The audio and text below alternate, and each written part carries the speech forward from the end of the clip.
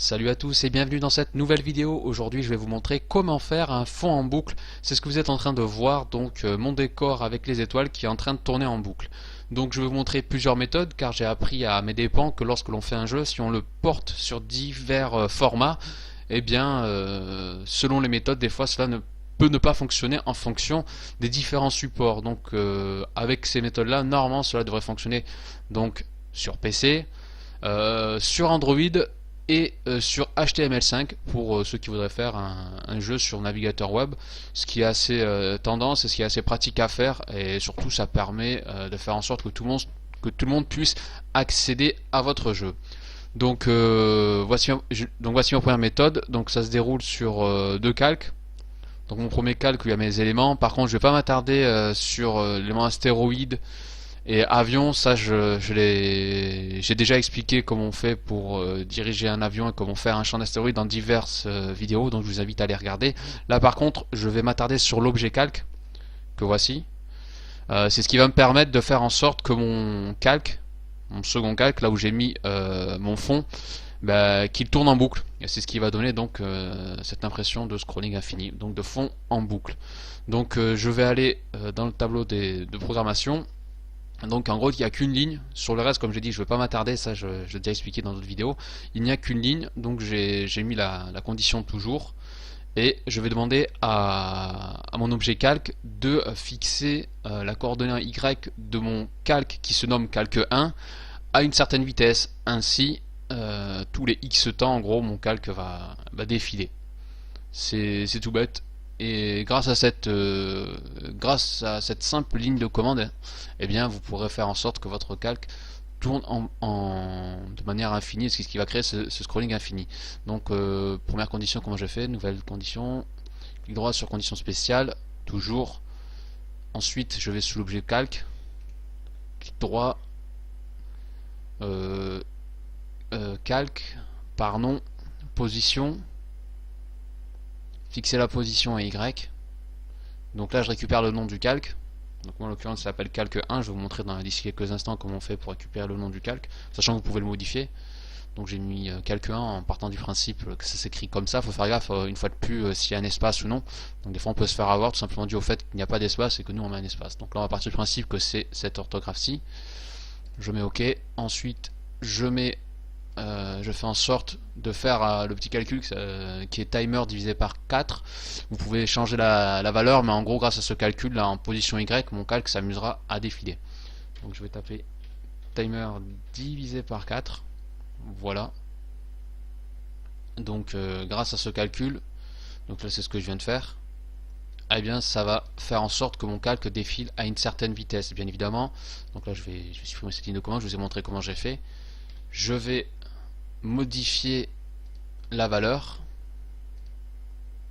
Donc ça touche calque, je vais modifier la valeur. Par exemple si je mets 10, vous allez le voir, mon calque va défiler plus lentement, donc du coup mon fond sera plus lent, donc du coup ça donnera l'impression que le jeu a été ralenti. Ou alors à l'inverse, si par exemple si par exemple je mets la valeur 1, vous verrez que mon calque là va défiler à une grande vitesse. Donc du coup il y a moyen, donc là hop, ça défile à une vitesse de fou furieux. Donc là il y a moyen, en fonction de ce que vous voulez faire, de créer des phases d'accélération et de décélération. Donc ça peut être des petites idées en fonction des phases de jeu que vous proposerez. Donc voilà pour ma première méthode grâce à l'objet calque. Et je reviens sur le nom du calque. Comment j'ai fait pour connaître son nom? C'est tout simple, là ici vous cliquez sur le calque en question. Hop, pardon, là je vais revenir sur le second, celui que j'ai sélectionné. Bien évidemment sélectionner de toute façon ça va le sélectionner tout seul, c'est pour ça qu'on a le nom. Donc là hop, je clique sur mon calque et ici à gauche vous avez des paramètres et là vous avez le nom du calque. Bon, moi j'ai mis calque 1, vous pouvez changer son nom. Ça c'est en fonction de vous. Et j'ai coché l'option faire le tour vertical. On va voir si cela a eu une influence. Ah bien oui, parce que du coup en fait mon image, en fait une fois qu'elle arrive en bas, si on ne coche pas l'option faire le tour vertical, et bien elle disparaît. Donc c'est pour ça ne pas oublier de cocher l'option faire le tour vertical. Ainsi l'image de fond automatiquement une fois qu'elle sort de mon écran, elle remonte en haut. Et c'est ce qui va faire en sorte que le fond défile en boucle. Et d'ailleurs c'est ce que je vais utiliser dans la seconde méthode que voici. Donc là par contre je pense que voici j'ai laissé aussi astéroïde et mon fond. Donc là une fois de plus je vais m'attarder uniquement sur le calque 2. Par contre sur le calque 1 comme vous pouvez le voir il n'y a plus l'objet calque. Donc là je vais utiliser une autre méthode où je vais utiliser deux images de fond à laquelle je vais leur donner une propriété balle qui rebondit. Et bien évidemment je vais faire en sorte que ça aille vers le bas. Donc moi je veux que mon avion monte et pas le contraire. On peut faire en sorte que l'avion descende. Donc du coup il faudra inverser au niveau des valeurs. On peut faire en sorte que voilà. Donc ça c'est à vous de choisir si vous voulez que ça monte ou que ça descende. Donc là on part sur un scrolling vertical. Après si vous faites ça de manière horizontale, donc ça ce sera à vous d'adapter en fonction du jeu que vous proposerez, si ce dernier est vertical ou horizontal. Donc moi en l'occurrence c'est un scrolling vertical, donc je vais rester sur ce principe là. Donc j'ai mes deux éléments qui ont tous les deux la propriété, le mouvement balle qui rebondit.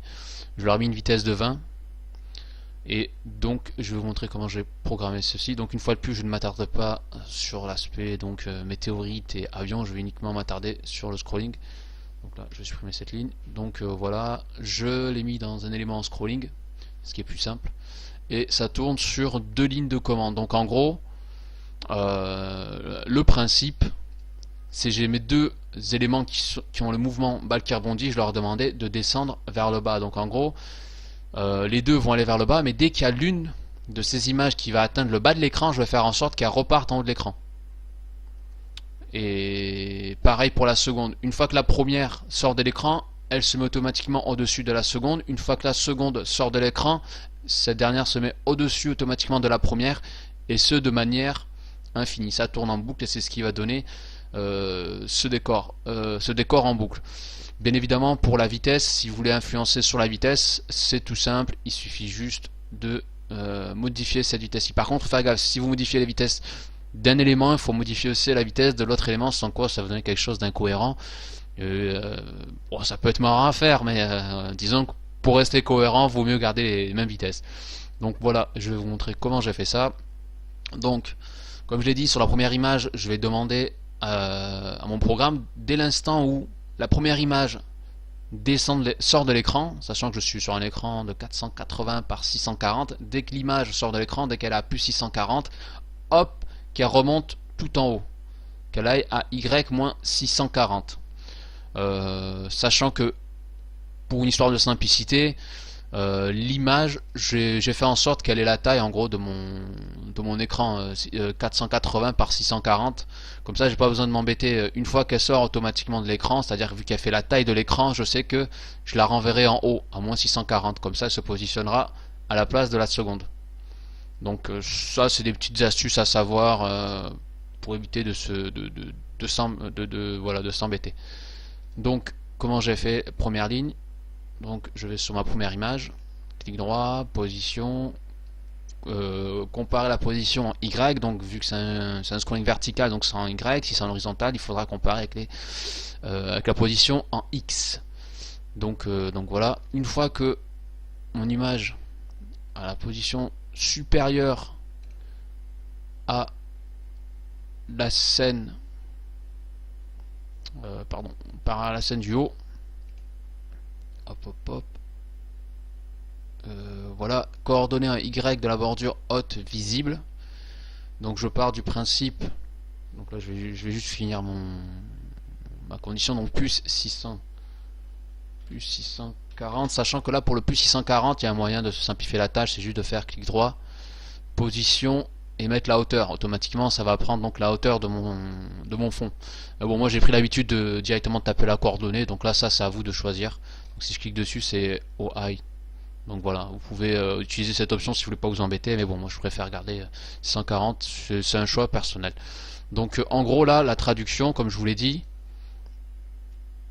une fois que ma première image atteint le bas, c'est pour ça que je pars à partir du principe que c'est le Y, une fois que c'est supérieur à la bordure haute visible plus 640, une fois que ça a fait bordure haute visible plus 640, mon image remonte en haut. C'est tout bête. Donc pour lui demander de remonter en haut, là en l'occurrence, une fois que cette condition est remplie, d'une fois, donc ça veut dire que une fois que l'image sort de mon écran, je veux la repositionner en haut, et pour ça je vais lui demander de fixer la position en Y à moins 640.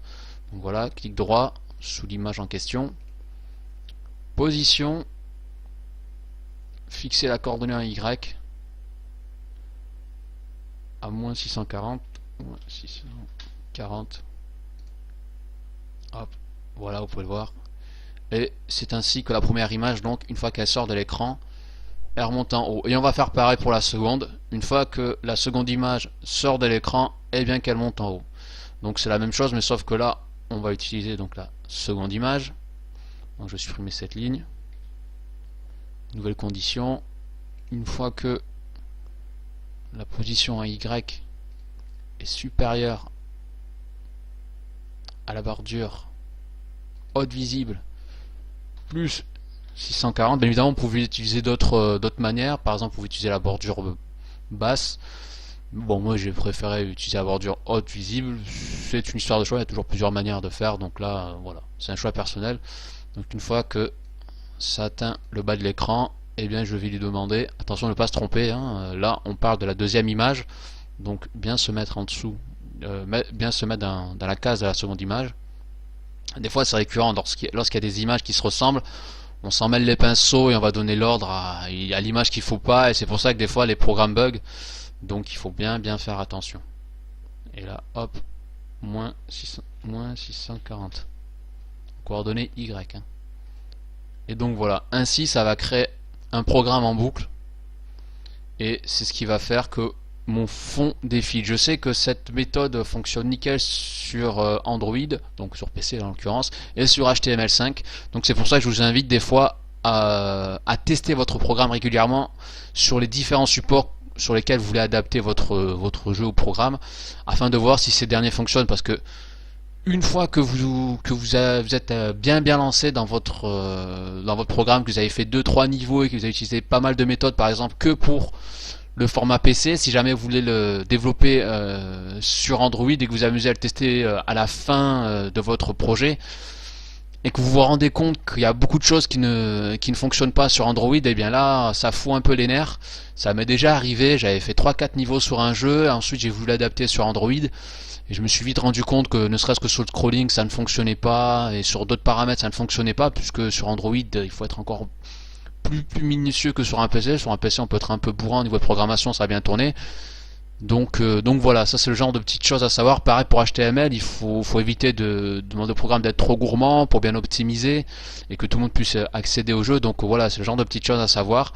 Et c'était deux méthodes pour faire en sorte d'avoir un scrolling infini. Voilà, une fois de plus, n'hésitez pas à laisser des commentaires s'il y a moyen d'améliorer le programme, ou si jamais vous avez si vous avez vos propres méthodes, n'hésitez pas à les partager. J'espère que cela vous aura plu et vous aura aidé, et je vous dis à la prochaine.